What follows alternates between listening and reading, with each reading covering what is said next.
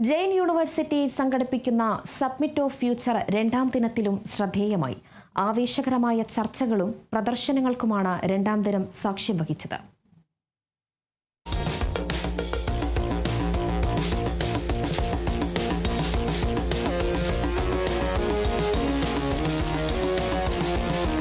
ഭാവിയിലേക്കുള്ള കരുതലോടെ ജെയിൻ യൂണിവേഴ്സിറ്റി സംഘടിപ്പിക്കുന്ന സമ്മിറ്റ് ഓഫ് ഫ്യൂച്ചറിന്റെ രണ്ടാം ദിനം ഭരണകൂടം, സിനിമ, സ്ത്രീ ശാക്തീകരണം, സാങ്കേതിക വിദ്യ തുടങ്ങിയ വിവിധ മേഖലകളിലെ പ്രമുഖർ തങ്ങളുടെ കാഴ്ചപ്പാടുകൾ പങ്കുവച്ചു.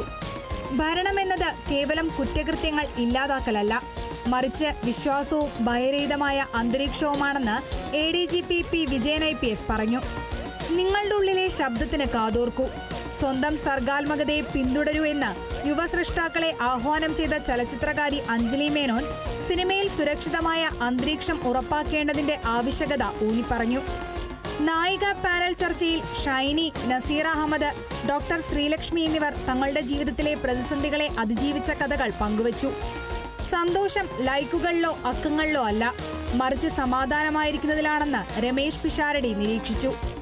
വ്യക്തിഗത ബ്രാൻഡിങ്ങിന്റെ പ്രാധാന്യത്തെക്കുറിച്ച് ഷെഫ് പിള്ള സംസാരിച്ചപ്പോൾ ഹൃദയം കവരുന്ന ബ്രാൻഡുകൾ എങ്ങനെ സൃഷ്ടിക്കാമെന്ന വിഷയത്തിൽ പ്രശസ്ത പരസ്യചിത്ര സംവിധായകൻ പ്രകാശ് വർമ്മ നടത്തിയ സെഷനും ഏറെ ശ്രദ്ധേയമായി. ഉപഭോക്തൃ നിയമങ്ങളിലെ സങ്കീർണതകൾ പരിഹരിക്കാൻ AI സാങ്കേതികവിദ്യ പ്രയോജനപ്പെടുത്തണമെന്ന് അഡ്വക്കേറ്റ് ഹരീഷ് വാസുദേവൻ പറഞ്ഞു.